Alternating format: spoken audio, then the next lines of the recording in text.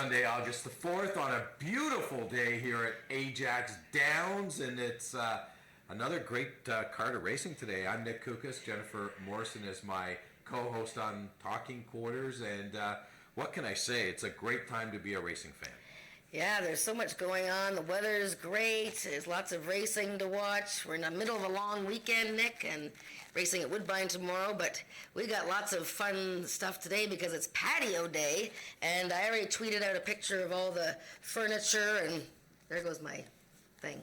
Your thing. Oh, there goes your thing. We have a thing adjustment here on Talking Quarters. Let's adjust the thing. You're turning red, by the way. I'm not turning red. No? Okay. You're turning red. I'm turning red. Okay. Let's talk about horses then. Let's talk about race number 1, which is a allowance race. These are Ontario bred 3-year-olds and up, which have never won 2 races lifetime.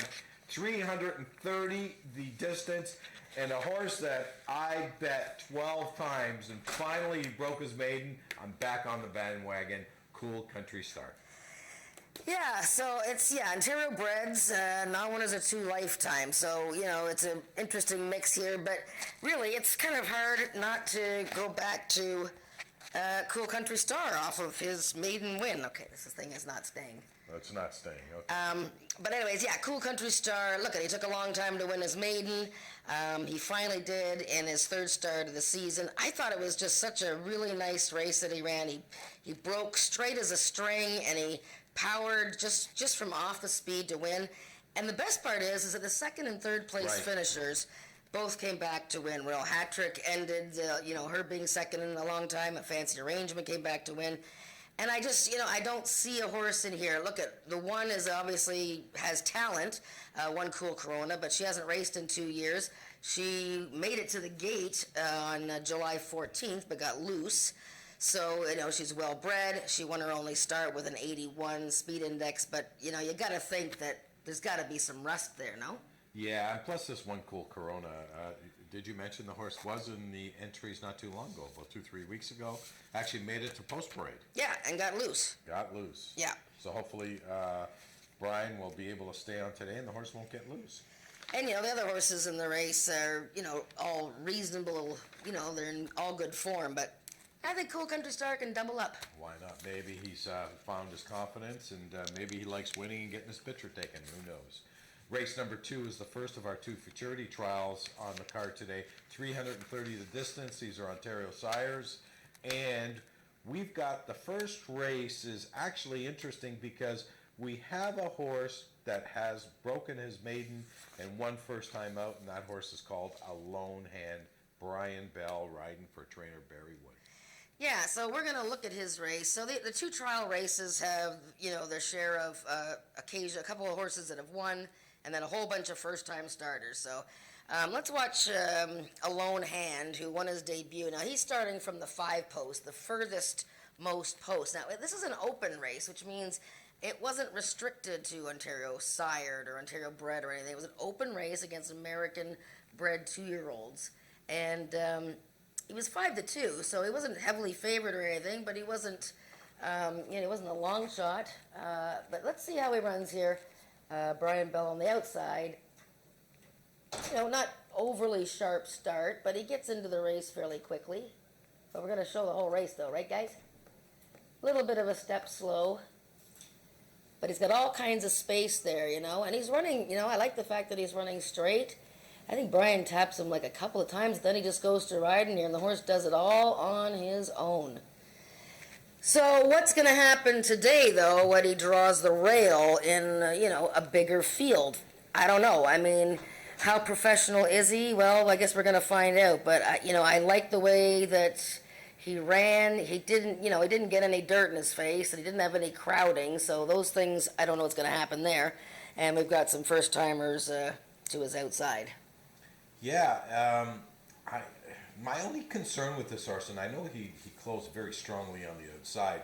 I think Brian gave him maybe 1 tap, maybe 1 or 2 taps, nothing serious, is can you do that being inside of horses? It's a lot easier to do that when you're outside of a horse, but when you're inside of a horse, it's going to be a lot tougher. Now, having said that, the 6 horse, Rowdy and Bodacious, was in that race back on July the 1st, and really trailed the field. had no run at all. And this horse came back and ran a pretty good race and got beat a neck. Mind you, that was from Open to Ontario Sire. I don't know how much of a difference it makes at this time of the year with 2-year-olds, because I don't know how many Open 2-year-olds we have. But this horse did run a lot better second start out. So that's making the race interesting to me. Yeah, no, that's a good point, actually, that this gelding from Scott Reed came out of the lone hand race to run better, and he had broken a lot better. He didn't break very well in the lone hand race. So, and, experience counts. Now, what about the first-time starters? Did you find one that was interesting? No, not really. I mean, maybe the 7 horse could be interesting. Jason Pascal's horse. This is another Winners Award horse, owned and bred by Hasty Sports. This horse looks to have had a pretty good workout on July the 10th out of the gate. Oscar Andrade, how do we say that? That's good, yep. Andrade Jr. is taking the riding assignment. He's one of the better riders around, obviously. He's only had 5 starts at Ajax. Guess what? He's won 4 of them. Yes, so, Oscar's in town again, so is Shanley Jackson. Yeah, I think Copper State Prince is one to look at. The Winners Award 2-year-olds, they don't win very often at 2. They get better. Like Winners Award himself was a 400-yard horse, so they like more distance. Now, having said that, Copper State Prince is a full brother to Queen's Award, who was okay at 2, but she's a lot better at 3 this year. I think the first timer with the most interesting breeding to me is the well-named Ralph Pearson firster, Jess a Wee Drink. And because Mr. Jess Tex is a really good 2-year-old sire. The mare, it's her first foal. She won 9 races, $167,000 at Ajax Downs next. So Jess a Wee Drink. The workout times are, slow. I have no idea, if she's, ready to roll here. But a nice 2-year-old pedigree on Jess a Wee Drink. Yeah, what's interesting about her, she's only the only filly in the race, which is kind of interesting. That's right. Only filly in the race. Let's move on to race number 3, the second of our 2 futurity trials today. And I went with a first-time starter in this race, and I did go with a Winners Awards horse. And I went with Oscar Andrade as well. I just like the workouts on this horse. Pretty runaway. Yeah, so if you've been following the work tabs at Ajax all season long, then you've started to see this horse pop up with some nifty work. So yeah, this horse stood out, especially the July 3rd workout, fastest of 14. If you break 16 seconds going 300 yards from the gate in a workout, that's pretty good. So yeah, pretty runaway. Looks like a horse that, merits consideration. She's actually a full sister, I think, or a half sister to Moons on My PJs, who races today, and he took quite a few races to get going. Again, the Winners Awards tend to like more distance. Doesn't mean that they can't win these 2-year-old races. I mean, it depends on who's in the race, but, keep in mind that they might like more distance. I'm going to show 2 replays here. The first one we're going to show, I believe, is July 14th, 7th, and that is the Ontario, Bred Futurity, Ontario Bred Futurity, won by the very impressive Easy Street. And in this race, number 4 is Fireball XL5. And it was his second start. His first start, forget it, he reared up at the start. But look at this horse. He didn't break very well, number 4, Fireball XL5. Oop, crooked, whoops. Look at how far back. And then he had to change paths here. Meanwhile, this Easy Street horse is long gone in the inside there. But look at Fireball XL5 on the outside there. Closing to be 3rd. Ooh, and that's, and that's obviously a tougher group. Yeah, Easy Street and still race, because I don't think he was over hard ridden. No, and was it really good? Eddie had to change course. He broke bad, then he had to change course and finished well. You have to use that horse, Fireball XL5. I'm gonna show you. So Easy Street won that race. So those 2, the top 2 finishers from the Ontario Bred Futurity, are not in here because they're not by Ontario sires. Yeah. Let's watch another replay. How's that? Okay, we're going to show July 21st, the first race, and this is the race that Magic Down There won by a head over Hero's Return. So the filly wins her debut, and they're both by the same Ontario stallion, this As You're Down There. And I think he's going to be a pretty good stallion, but Let's watch the filly here. She's number 4, and he is number 3. He he broke completely to the left and smashed into. She was pretty clear here, and but he recovers pretty well. She's on the wrong lead coming down the lane here. He's finishing up pretty well. Ooh, and they essentially hit the wire almost together there with the filly winning, and she's well bred, a half sister to Arctic Fame, so she's meant to be a good horse. And Hero's Return, that's his second start. So he's developing nicely here. Mm-hmm. So of the horses that have raced, I think those two plus Fireball XL5 are the ones to consider. Tough race. Tough race. Race number 4 is a speed index race. These are 3-year-olds and up with an average of 75 and under, 300 yards the distance, and of course the start of our pick 4. So this is 75 and under means that you're going to get some maidens in here. We have 5 maidens in the field. Doesn't mean they can't win because we've seen one of them win this year already. But, and actually I should have showed the replay of this horse because, he was completely eliminated last time. I think Love Cartel number 5 is a big time, serious, possible key horse in here. I know you're going to like Cayenosa too, which I do. But Love Cartel, who's one of 2 3-year-olds in the field, coming back a week later, why not? Last week, it was a complete throwout. There was a delay before the race when I believe it was Gatlinburg broke through the gate, and Love Cartel was standing in there in the 4-post, and then it just completely blew the brake, and that was the end of it. Forget it. So I think this is a pretty good horse, Love Cartel, but yeah, Cayenosa is your pick. No, I think it's a 2-horse race. I think it's between the 2 and the 5 because the only other horses, one in this field is the one horse, the Last Fly. I'm not crazy about the fact that he's coming off the rail, and the other horses are maidens. And you're right.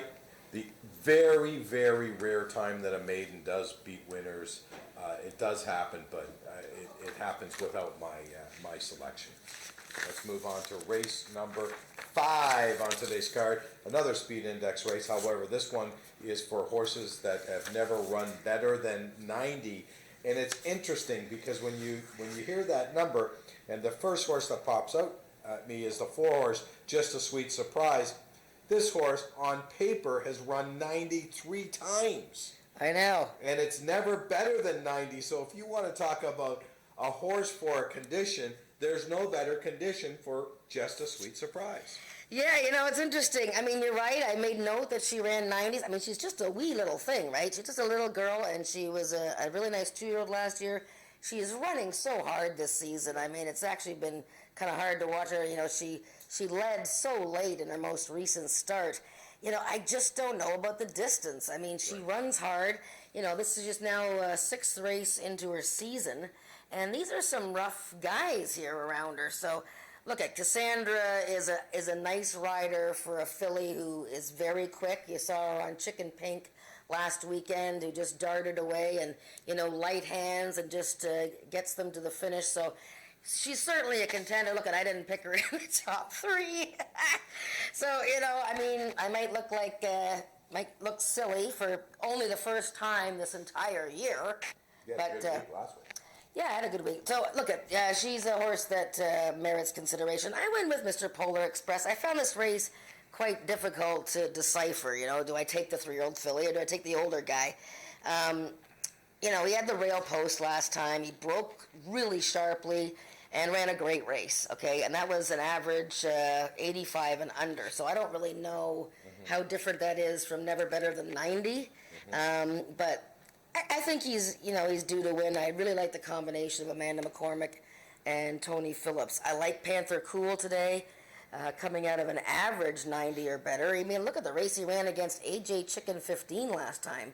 Of course, Tony Phillips rides for Amanda, so he's going to take Polar Express. Yeah, and I guess Tony must feel that Mr. Polar Express is a better horse than Panther Cool because that could be the only reason he would take that horse. Well, no, but he rides for Amanda strictly. I think he likes Panther Cool. That's What? my guess. He likes Polar Express. Let's move on to You're race number confusing 6. me. That's it. That was inside.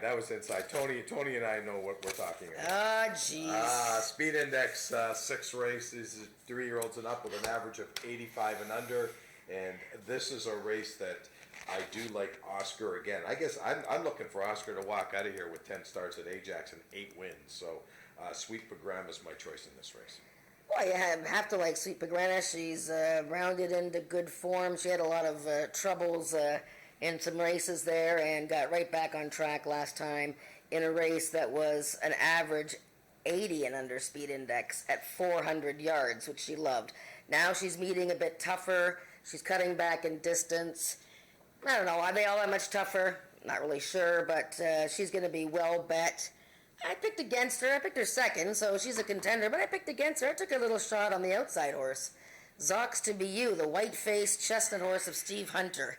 You know, this horse was meant to be a good horse in 2017. You know, in 2018 he ran against Country Boy, Carneros, you name it. So this year he's had 2 starts, 350 yards, and then great race at 110 yards last time. I mean, that was fabulous. He's actually rallying, going 110 yards. So third off the layoff, Zox to Be You on his best behavior and a straight start from the gate. I think he's got a chance to win it. Yeah, no, and I picked a horse for third too. I mean, the barn is. They look to be a 1-horse barn right now because they've only had 2 starts. Yeah. Janet Grice, and both of them have been with this horse. This horse was at one time thought to be a real nice horse and ran some big numbers back last year. The other horse, if you want to talk about classes, the 5-horse, the FDD map. This is a horse that's made almost $250,000 and hasn't been running that great, but maybe the class relief into an 85 and under might be what this horse is looking for. Oh yeah, no, I mean, I think he's a horse you have to include in trifectas, superfectas, the FDD Met. Classy horse. Mr. Baker's other runners are doing very well this season, and no, he's been okay. Why not? I mean, 10-year-old, put him in your exotics for sure. Okay, and let's move on to race number 7, the final race on today's card. The feature race on today's card of racing, the QRI Sprint Series, 220 the distance. We do have a scratch in here. The 5-horse Bring On the Wave has been scratched, so Oscar can't win that race. The 1-horse Country's coming back. I mean, he's just, what a nice horse this one is. Yeah, and you know what's a really cool stat about this guy? You know, he's run 30 times. He's run 3 times from the rail previously, and he's won them all. Oh. So how about that? And last time he beat Had to Be Ivory. Now, of course, Had to Be Ivory had an awful start that day. But the 3rd, 4th, and 5th place finishers have come out of that race to win. Maryland Magic being one of them. It's a loaded race. Country's coming back is razor sharp. But what do we do with Carneros here, Nick? I mean, Carneros, you know, broke a track record in that 110-yard race, 113 speed index. So then he went all the way down to Canterbury, and Eddie Walton went down there with him, and, it just wasn't a great start, and, didn't come away with anything. I don't know why Eddie Walton's not riding him in this 220 race, since he won twice on him, but what do you do with Carneros? I picked him Nowhere. That's what I do with Carneros. I went with Arctic Fame. I thought Arctic Fame might run a big race today. I like the fact this horse has had a little bit of a break. The 6 weeks might do this horse a lot of good, and the horse is fast. There's no question about it. Although it's never won going 220, it's had some great races going 250, and of course the 110s. I think this horse is going to be in front and has to be caught. Well, I mean, look, there's a lot of quick horses in here. I think Express Your Desire, I don't think you want to leave him out of your trifectas. He just rounded into form winning a 110. Coming from a 110 to a 220, he's going to be pretty sharp too. Right. No, there's no question. But even the bottom horse, really, and Night Fishing is not a bad horse coming off 2 consecutive wins. This is a horse that's had 10 lifetime starts, has won 60% of them. But That's hasn't a pretty raced record. since October. Hasn't raced since October, but, Dan Giles can get one ready. I think Corrine Andros, I don't know how many mounts she has today. Yeah, she usually rides for McIntyre, but I don't know either, so. But, it's a good race. The last race is a really good race. The pick 4 is excellent today. That's our show for today. We got 15 minutes to post for race number 1. And we're gonna take it upstairs to Frank Ferrari for today's changes on our card.